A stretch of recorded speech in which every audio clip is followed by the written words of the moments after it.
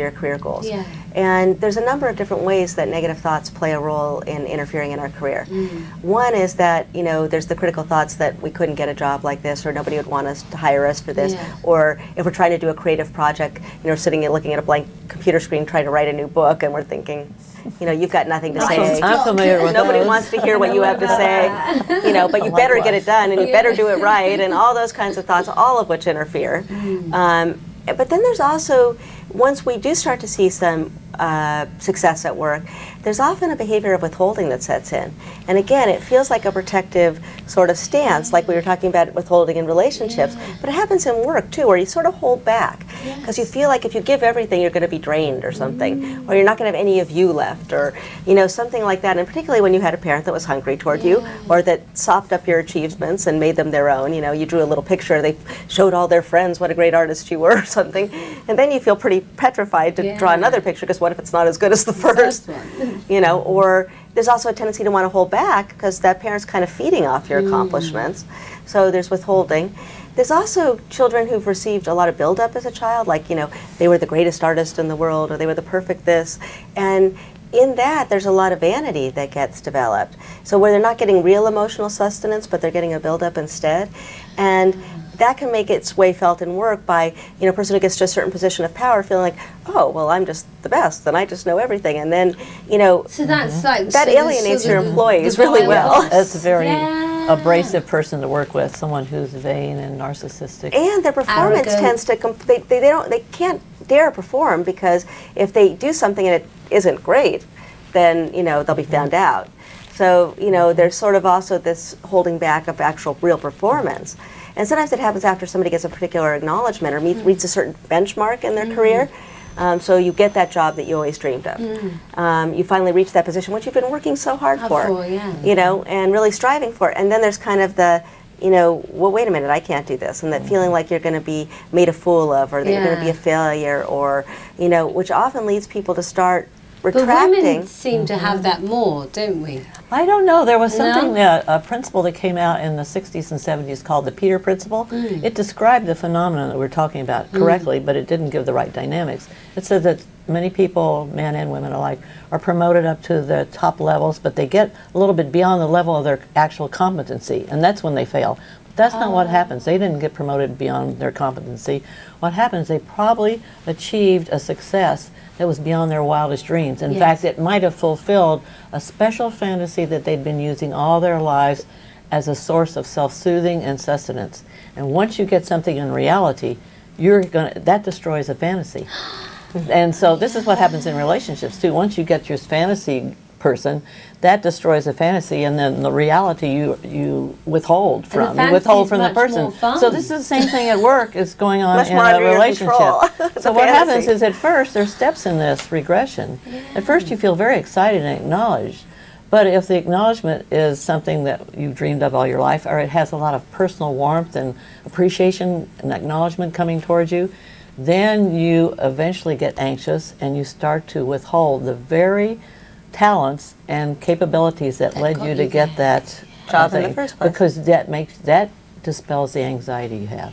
To go back to your defenses, to go back to withholding, dispels the anxiety and the nervousness and the emotional upheaval. But of course it sabotages your success. And so many people don't recognize this. Dr. Firestone wrote a chapter, but it could be made into a whole book called, and it's an interesting title, The Bipolar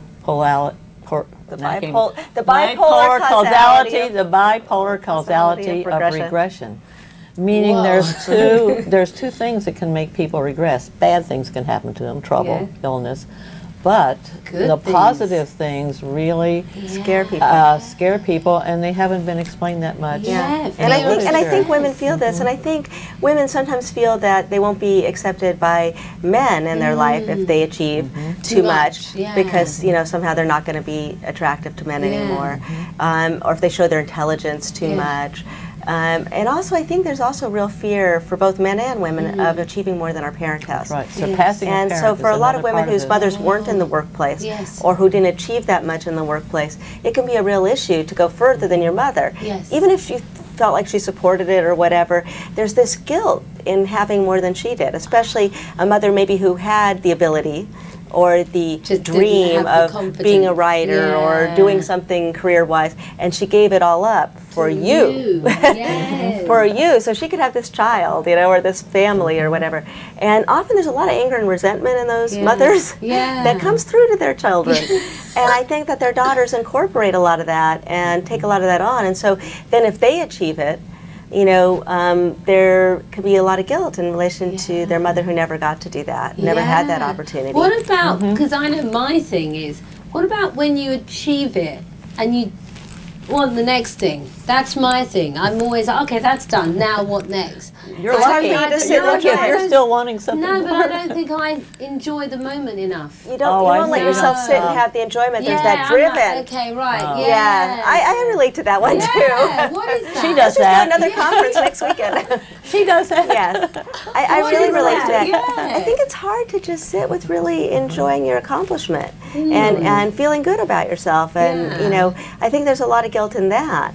If you Oh. just so instead of feeling it, you just move on to the next thing, and then you're always kind of under that pressure. Yes. And that's what you feel, and you resent it. You don't like that pressure, but you're only putting it on yourself. Yeah. In my case, it sounds like in your case as Yeah, well. It's nobody totally. else driving you to do it. No.